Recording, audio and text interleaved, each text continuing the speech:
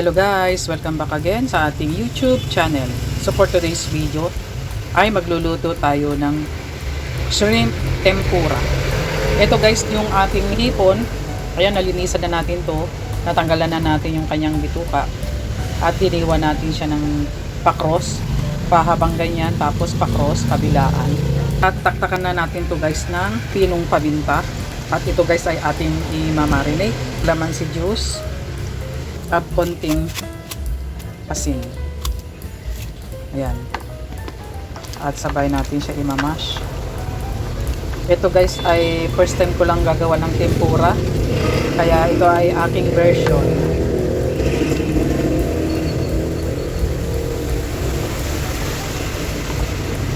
Ayan na guys, nahalo na natin maigi. At imamarinate lang natin siya at least 10 minutes.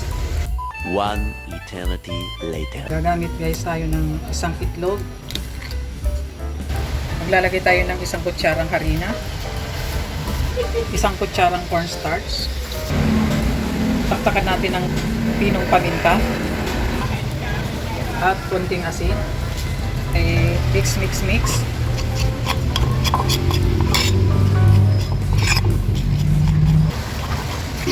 Ito na guys yung ating mixture.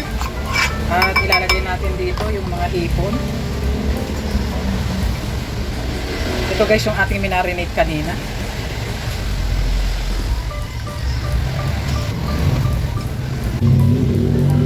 I-dip lang natin siya guys. First time ko lang guys magluto ng ganito. At ito ay ating version.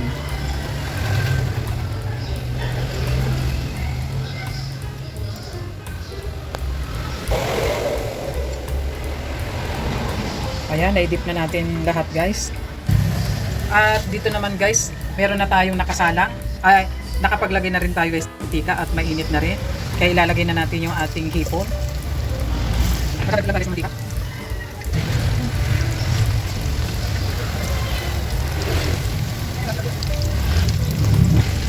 Lalagyan natin lahat guys para sabay-sabay na.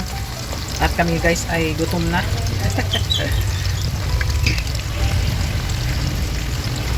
Ayan guys, balik-balik rin lang natin guys yung ating tempura at mabilis lang maluto ito.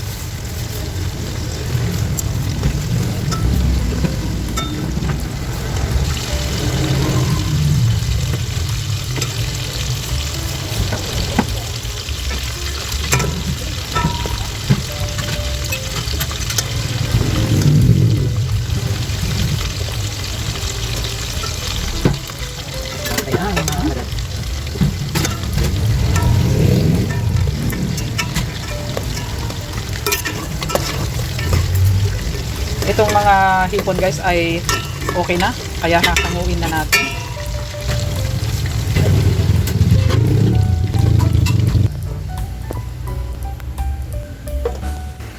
Ito na guys yung ating finished product ng ating shrimp tempura.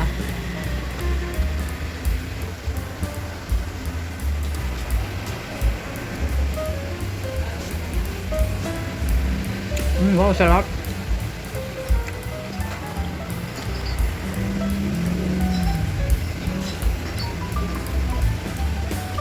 Subukan nyo guys, ang sarap. Yummy. Kaya ayan na nga guys. Thank you for watching. And don't forget to subscribe. Bye-bye.